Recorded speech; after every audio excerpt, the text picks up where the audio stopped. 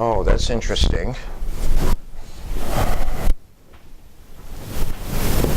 It's only one M, isn't it? Anyone else? We spend a third of our life like this and we don't know why.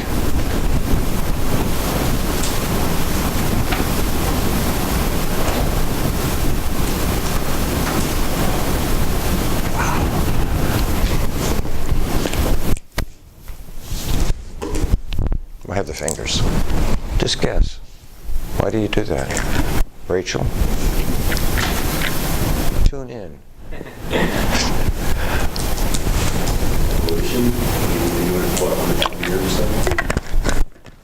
I don't know. I wasn't around back then. Something that's been done since you were a child. Well, yeah. But why do we do it? Why does the body require that we repose?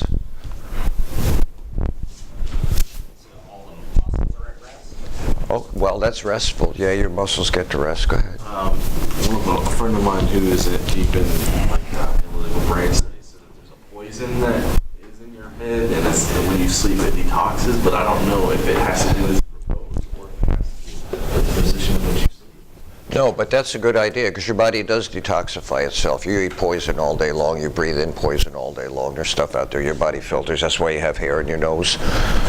It filters things out and it has to process all that impurity so you're ready for another day of impurities, including the food that you eat. Why else do we? Wow, I'm blown away. Moi? That's French, by the way. Moi.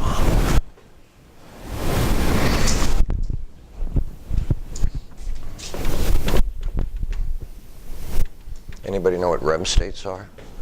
Rapid eye movements, dreamlike state. Dreamlike states, what's the purpose of them? By the way, before I get into that, do any of you dream in color? Okay, here's your cue. Edible crayons, they help. No, they do. They make edible crayons. I have my middle boy. I talked to you about Joe, right? My middle boy, this is the Asperger's one. Yeah, Joey's got the highest threshold of pain I've ever met. We're driving back from the airport one day and suddenly he goes, he doesn't tell me anything. He just throws up in the back seat of the car, and I pull over and I go, Joe, why didn't you tell me you were sick? He said, I didn't know I was sick till I threw up. He has no idea what his threshold of pain is when he's in pain. He spent 3 days at Walmart in 19 years. He was incapable of getting out of bed. That's why he didn't go to work. So one day, how many of you have kids? Have kids? Just a handful of? Okay, so this is kind of a prelude. This kind of a. So I'm going by the bathroom one day, and Joey says, "Dad, come here, quick." Well, when Joey says that, you got to respond right away because something's not okay. So I went in there, and he's on. You guys have had breakfast already, I hope. So he's on the toilet. Now, when you're a parent, you got to respond. So he says, "Look." And it was the most incredible green I've ever seen. I thought, oh my gosh, I got to get you to the hospital. You know, with the flu, sometimes things turn. So about that time, his mother goes by the bathroom. I said, Barbara, come in here and look at this. Well, mothers have to look too. And she goes, and she just breaks into laughter. I'm sitting here thinking, what am I missing? Is this funny? The kid's sick. She says, oh, he's not sick. I said, how do you know that? She says, well, yesterday I bought him a box of edible crayons. And she's just cracking up, and I looked at her, and I'm not cracking up, because now suddenly it's a serious conversation. I looked at her, and I go, really? I said, what other colors were in the box of edible crayons? She goes, oh, let's see, there was blue, and there was yellow, which could make green, and there was green, and then there was red. Could you imagine if he'd eaten the red one instead of the green one, and I'd looked in there? That would have been a waste of about $900 at the emergency room. No, anyway, so edible crayons, they help. You guys don't dream in color? Do you dream in color? Am I the only one who stands up and sleeps and dreams in color? Dreaming is only a rapid firing of neurons in our brain trying to understand that. Is that an explanation for why you don't dream in color? Because I dream in color. I dream in color. Oh, okay, good. Because I see blue auras too. I mean, you know, I still see auras. No one blocked that filter out on me. I mean, I'm not able to lucid dream, but Cool. Well, as long as we're talking about dreams, how many of you fly? how much air do you get?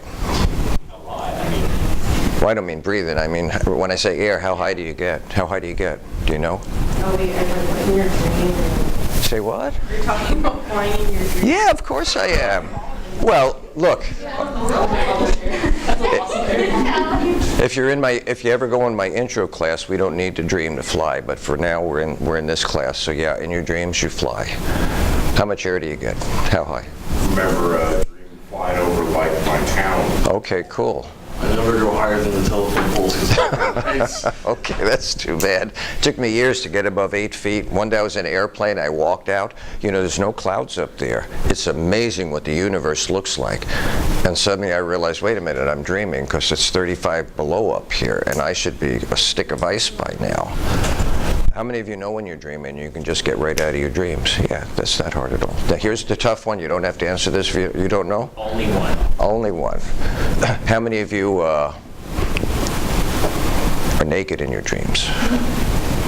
That is the most embarrassing thing because dreams are real. And well, anyway. And how many of you try and run in your dreams and you can't go very fast? You know why? Your feet are under the covers and there's resistance. No, and your body doesn't know how to interpret that because as far as you're concerned, you're outside and you end up going slower and you get exhausted and it's like, I can't get away. I'm sorry, go ahead. Do you ever like try to punch in your dreams and you can't punch hard? Yeah, or you miss it. Or now don't take this personal, but when guns don't work, you can throw bullets. Though that doesn't work either, but you have to do so. Take a note of that? Say what now? What? Should I take a note of that for the next time I'm drinking? Well, it all depends, you know. I mean, sometimes, don't you guys have community dreams? No. Oh, wow. Wow. One at a time. Back in the day, we used to have community dreams. We would get together as a community and... Oh, I can't go there, can I? No, I'm sorry. Yes. There's a reason why I'm going down this rabbit hole with you. I'll get to it in a minute. I do know how to, and some people can do it. I've never been successful. If you attempt to read something in your dream, that is how you will know you're dreaming, because every time you look at whatever it is you're reading, the random synapse firing in your brain will change the wording.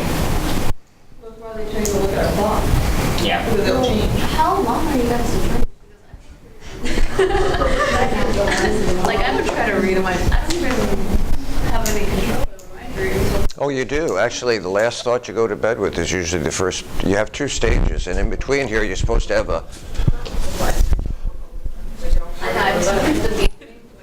That's okay. I started something. I got to let it go its course now. Hang on. We need to let them finish. Okay.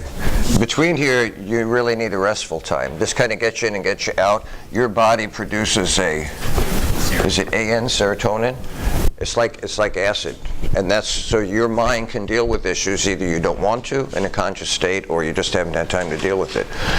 It's very valuable. In fact, alcoholics who get drunk and their brain won't process this, and then when they get sober and everybody says, oh, they're having DTs, no, they're not. They're catching up on REM states, but so many REM states pile up behind it. It gets really weird in there until they flush it out. But your brain requires that you have 2 REM states every night, and in between those REM states you have this restful time because you need to detox, your body needs to feel comfortable, restful, and it's the way you're programmed to deal with stuff, including the mental stuff up here, because your brain doesn't sleep, your body rests, but your brain's always working. Then we get through the night and we wake up. And there's a couple of things that most of us want to do once we wake up. I'm going to get you into the lecture right now. So you wake up, what's something you want to do when you first wake up? You know, Go back to sleep. Get coffee. Eat something.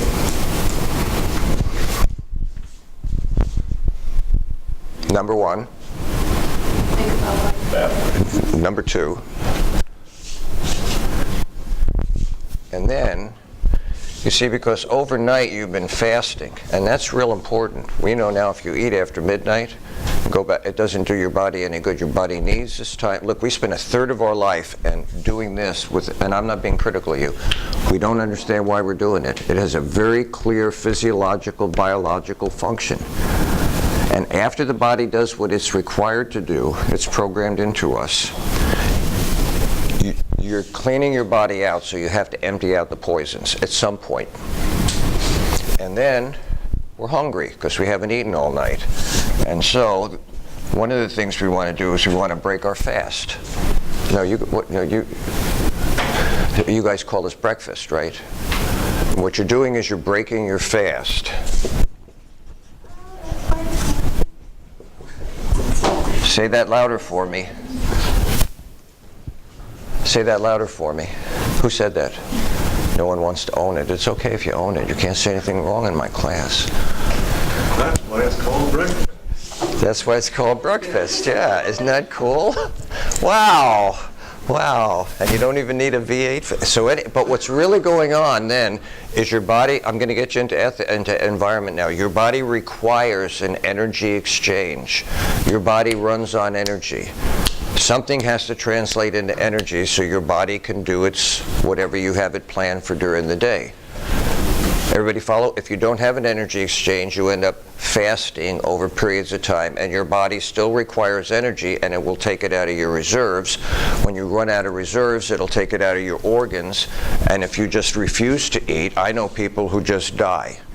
They're ready to die, they refuse to eat, and pretty soon their body consumes all their energy that's available, and they just die. When I went through the cancer treatment, I went through 7.5 weeks not eating, lost 54 pounds. When we finally got out of surgery, the doctor says, we got to start putting some weight back on you. Have I ever shared this? I don't want a deja vu with your friend. Should I share that about putting weight back on? They gave me what they call an appetite enhancer. I talked about this in class? Yeah. So I got up and I had breakfast at 7, and by 8:30 I ate my bag lunch because I was hungry again. By 10 o'clock I go to Wendy's and have a Wendy's bacon double cheeseburger meal.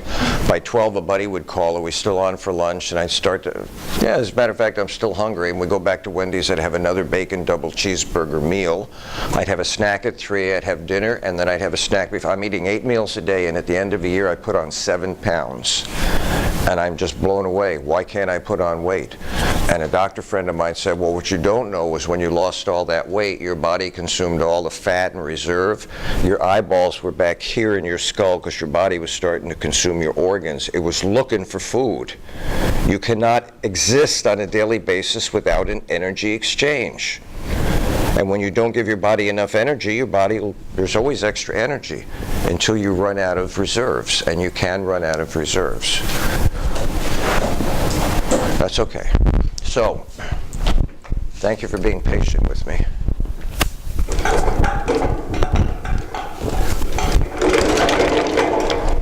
We want to talk about environmental ethics today, and we're going to major on a fellow named Aldo Leopold. You will see him on your quiz. Aldo Leopold has a unique way of looking at the environment.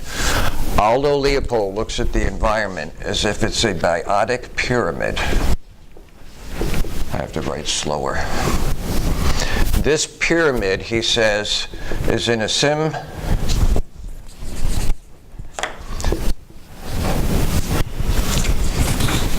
no coffee this morning.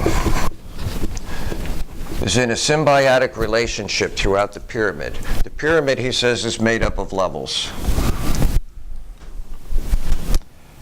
Each level supports the level above it, and it also supports the level below it.